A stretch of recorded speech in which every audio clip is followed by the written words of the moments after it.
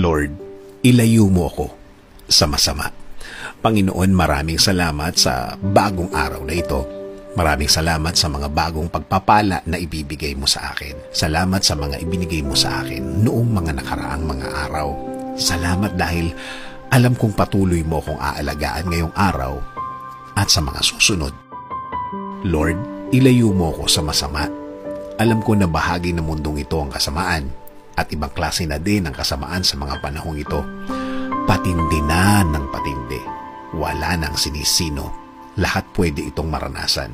Lahat pwedeng mangyari kanino man sa araw-araw. Pero alam ko, Lord, na kapag ikaw ang kasama namin sa mundong ito, walang panama ang mga kasamaan. Kahit anong uri pa ng kasamaan yan, alam namin kayang-kaya mong ipatigil at agad-agad natitigil at agad-agad na mawawala.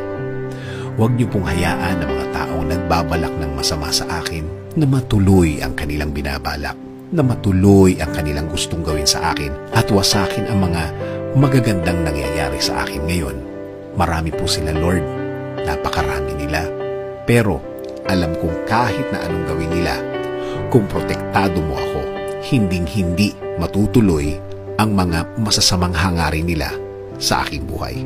Kahit na sino pa ang kakampi nila, walang mangyayari sa balak nila. Itinataas ko din ang aking pamilya sa inyo, Panginoon. Huwag niyo pong hayaan na madamay sila sa mga gustong gawin ng mga tao ito na walang inisip kundi ang manakit ng kapwa, Lord. Alagaan niyo ang lahat ng aking pamilya sa mga masasamang loob na ito. Patuloy niyo pong ibigay ang magandang plano niyo sa aking buhay. Kayo na po ang bahala sa aking araw-araw. Kayo na po ang mag-lead sa aking buhay.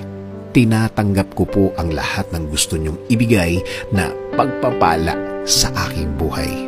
Lord, kasama po ng aking panalangin na ito, gawin niyo din pong ligtas ang aking bayan. Alam ko na kapag ang isang bayan ay may Diyos, protektado sa masama, alam po namin na kahit na anong problema ang nasa aming bansa ngayon, malalampasan namin ito. Protektahan niyo din po ang lahat ng pamilya na nasa Pilipinas at mga Pilipino sa ibang bansa.